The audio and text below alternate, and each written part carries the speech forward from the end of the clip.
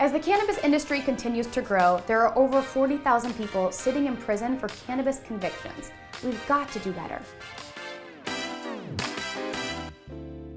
This is Marijuana Morning News, and I'm Brooke Burgstahler.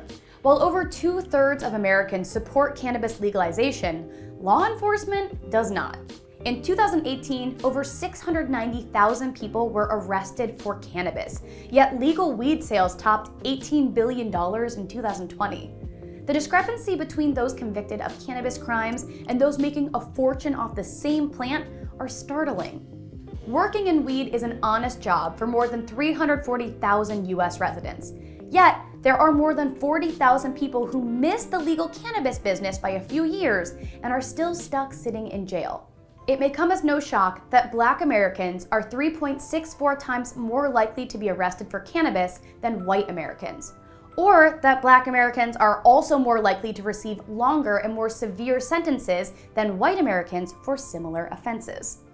While cities like Los Angeles and states like Illinois are making waves to expunge and pardon low-level cannabis convictions by the thousands, those eligible still need legal assistance to complete the process.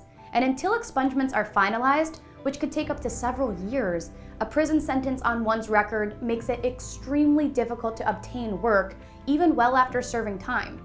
Gratefully, there are organizations like Can Do Clemency, Cage Free Cannabis, and the Weldon Project, look them up, that are helping to clean up this mess.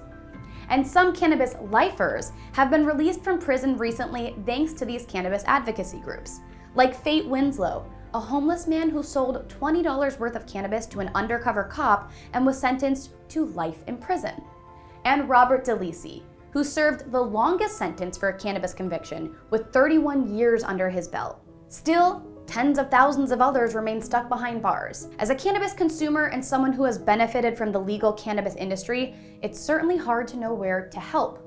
Voting for district attorneys who support the expungement of cannabis convictions is one thing, but voting with your dollar to support brands and businesses trying to help our brothers and sisters left behind is a whole other superpower.